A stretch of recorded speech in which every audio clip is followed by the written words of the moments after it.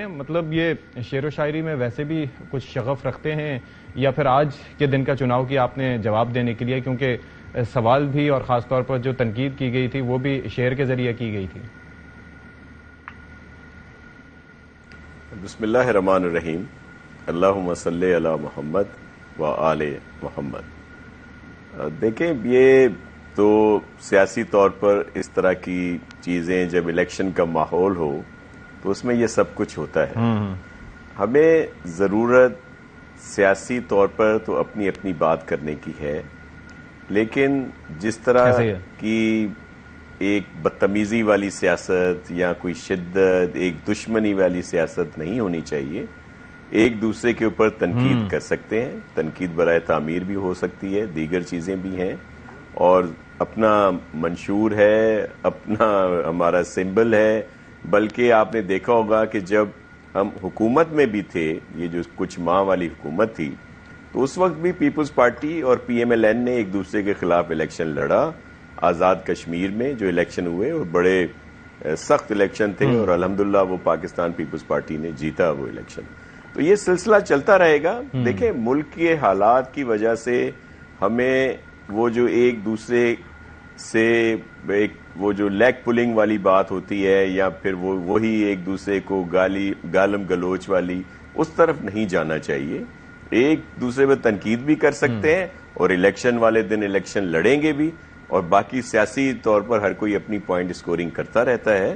اور جب یہ الیکشن کے بعد ملک کے حالات اس طرح کے ہیں، مثال کے طور پر ہم بہت پر امید ہیں کہ ہم ایک سنگل لارجسٹ پارٹی ہوں گے نیشنل اسمبلی میں، اور ہم چاہیں گے کہ پرائم منسٹر بلاول بھٹو زرداری صاحب ہوں، اور میری انتہائی محترم بہن مریم صاحبہ اس کیبنٹ میں ہوں۔ اس طرح اور دیگر لوگوں سے بھی کہیں گے، کیوں کہ ملک کے حالات کے پیش نظر ہم سب نے مل کر آگے بڑھنا ہے، تاکہ ایک بہتری کی سمت لائیں، کیونکہ بڑے مشکل حالات ہیں۔ حکومت جو بھی ہو، اسی طرح اگر ان کو ملتی ہے تو اس میں بھی دیکھا جائے گا اقتدار کے لیے نہیں، ملک کے لیے۔ آپ نے دیکھا ہوگا یہ جو الائنس کی گورنمنٹ تھی، انہوں نے اپنی سیاست کی پرواہ نہیں کی، ریاست کی پرواہ کی۔ بڑے سخت ان پاپولر فیصلے کیے گئے جس حالات میں یہ لوگ آئے تھے، اور بڑی عزت کے ساتھ ڈاکٹر صاحب یہ بیان اگر سیکنڈ ٹیئر لیڈرشپ کی جانب سے آتا نا، جو کہ بلاول صاحب نے اپنی پریس کانفرنس میں بات کی،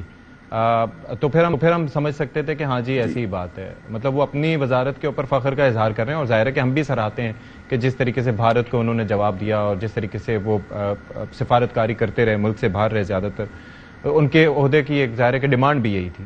لیکن وہ یہ کہتے ہیں کہ میں بھی اپنی کارکردگی کی بات کر سکتا ہوں، دوسرے تو کس منہ سے لوگوں کے پاس جائیں گے؟ یعنی کہ ایک جانب آپ دونوں ساتھ تھے، اور دوسری جانب آپ الگ الگ کر کے کہہ رہے ہیں کہ جی اتنی تنقید، اور وہ بھی مین سٹریم یعنی کہ مرکزی قیادت کی جانب سے۔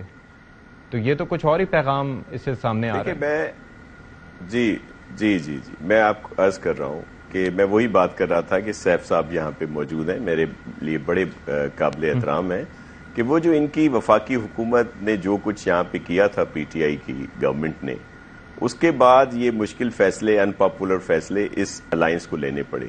چیئرمین صاحب کی آپ کارکردگی کی بات کریں تو دیکھیں، جس طرح ہم پوری دنیا میں تنہا رہ گئے تھے، اور جو ہمارے دوست ملک تھے جو ہمیں سپورٹ کرتے تھے ہر مشکل وقت میں، چائنا، اس کو ہم نے ناراض کر دیا تھا خان صاحب کی گورنمنٹ میں۔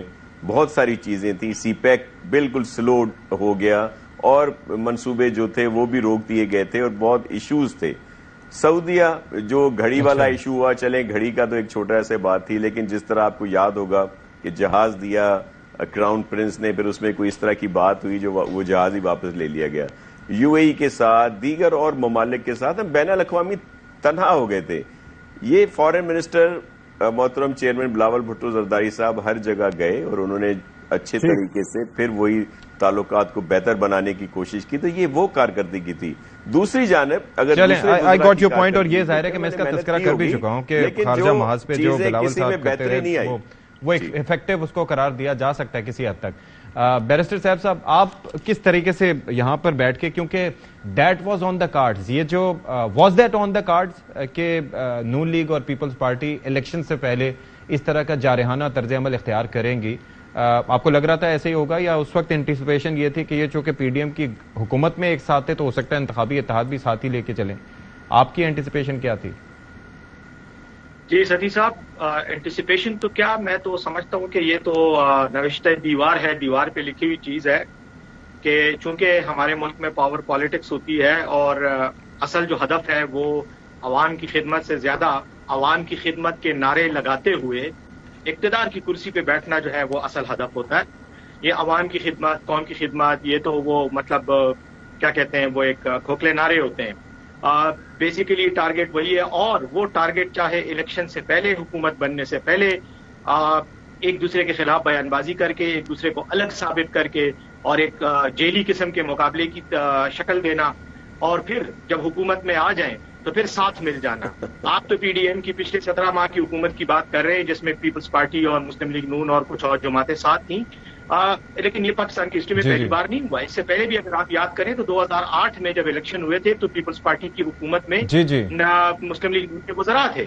تو کیونکہ اقتدار کی جب بندر بانٹ ہوتی ہے اس میں پھر سب کا مفاد ایک ہو جاتا ہے. ابھی بھی مفاد ایک ہی ہے، لیکن یہ ہے کہ چونکہ راستے الگ الگ ہیں. وہ ہمیں یہ بھی یاد ہے کہ پھر بعد میں آگے جا کے گورنر راج بھی لگا تھا پنجاب میں، وہ بھی یاد ہوگا آپ کو. تو وہ اس بار بھی ہوگا نا. دیکھیں میں وہی بات کرنا چاہ رہا ہوں کہ اصل جو ہدف ہے وہ کرسی پہ بیٹھنا ہے اور اس کے بعد مزے لینا ہے. تو مزے میں تو پھر پرابلم ہوتی ہے نا جب آپ اس ہدف پہ پہنچ جاتے ہیں. پھر کوئی کہتا ہے میرا حصہ زیادہ ہو گیا، کوئی کہتا ہے کم ہو گیا، اس پہ اختلافات ہوتے ہیں اور پھر بعد میں گورنر راج بھی لگتے ہیں اور پھر حکومتیں ڈیزالو بھی ہوتی ہیں.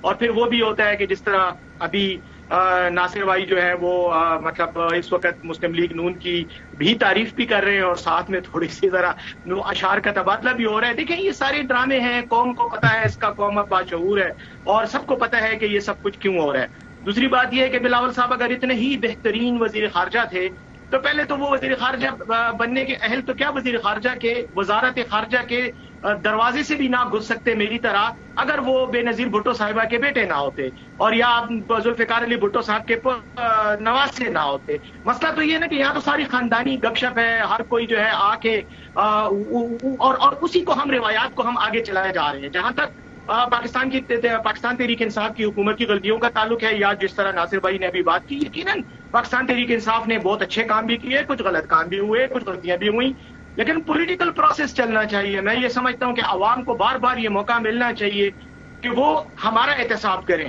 اگر ہم نے حکومت میں غلطیاں کی ہیں، لیٹ پیپل ڈیسائیڈ کہ وہ کیا کرتی ہے.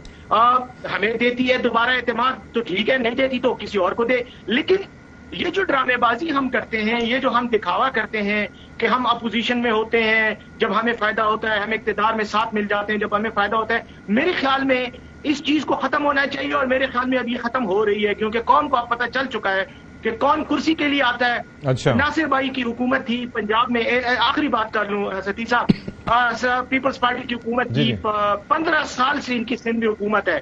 آپ ذرا چلے جائیں سندھ میں، لوگوں سے پوچھنے سندھ میں کیا حال ہے.